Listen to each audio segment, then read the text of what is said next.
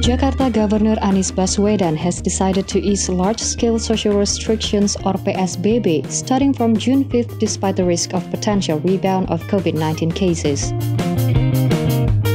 Under the transitional restrictions, the administration will allow several activities previously restricted or banned. The transition will be divided into two stages. The first stage involves reopening businesses and houses of worship, as well as allowing social and cultural activities and the use of vehicles.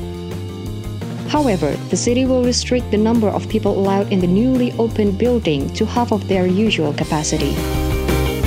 Motorcycle taxis are allowed to carry passengers as long as drivers follow health protocols.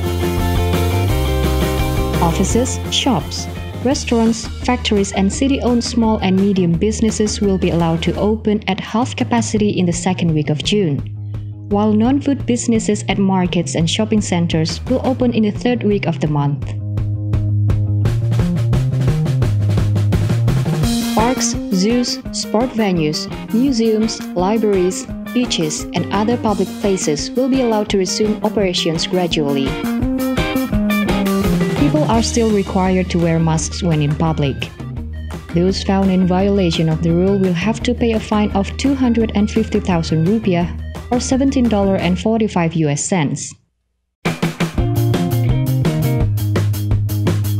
Anies suggested that high-risk groups, namely the elderly, expectant mothers and children, stay at home despite the reopening.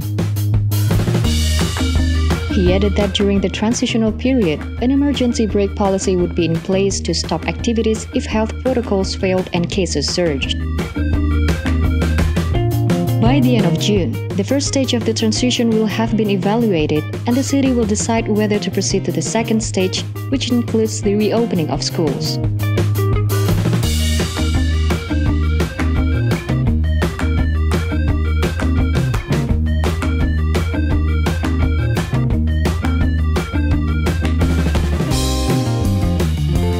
The transitional restrictions will not be applied to 66 community units or RW that have recorded a high rate of COVID-19 cases.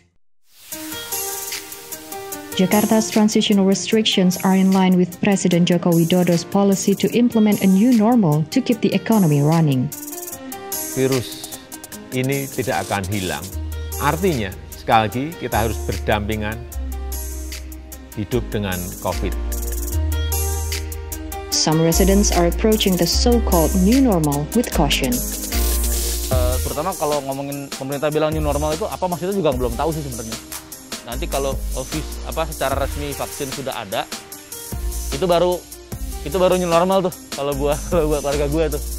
Tapi kalau misalnya sekarang kondisinya ya belum new normal. Sekarang ya kondisinya masih kita jaga kesehatan, jaga jarak, batasin kegiatan gitu. Pemakaian masker, membersihkan diri atau menjaga jarak dengan orang lain itu sudah biasa dilakukan sebenarnya.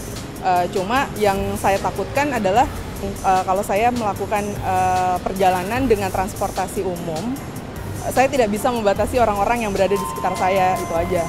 Kayak beberapa waktu lalu, saya pas ada di jam-jam sibuk, itu padat banget kereta dan saya lebih memilih kereta yang lebih lengang.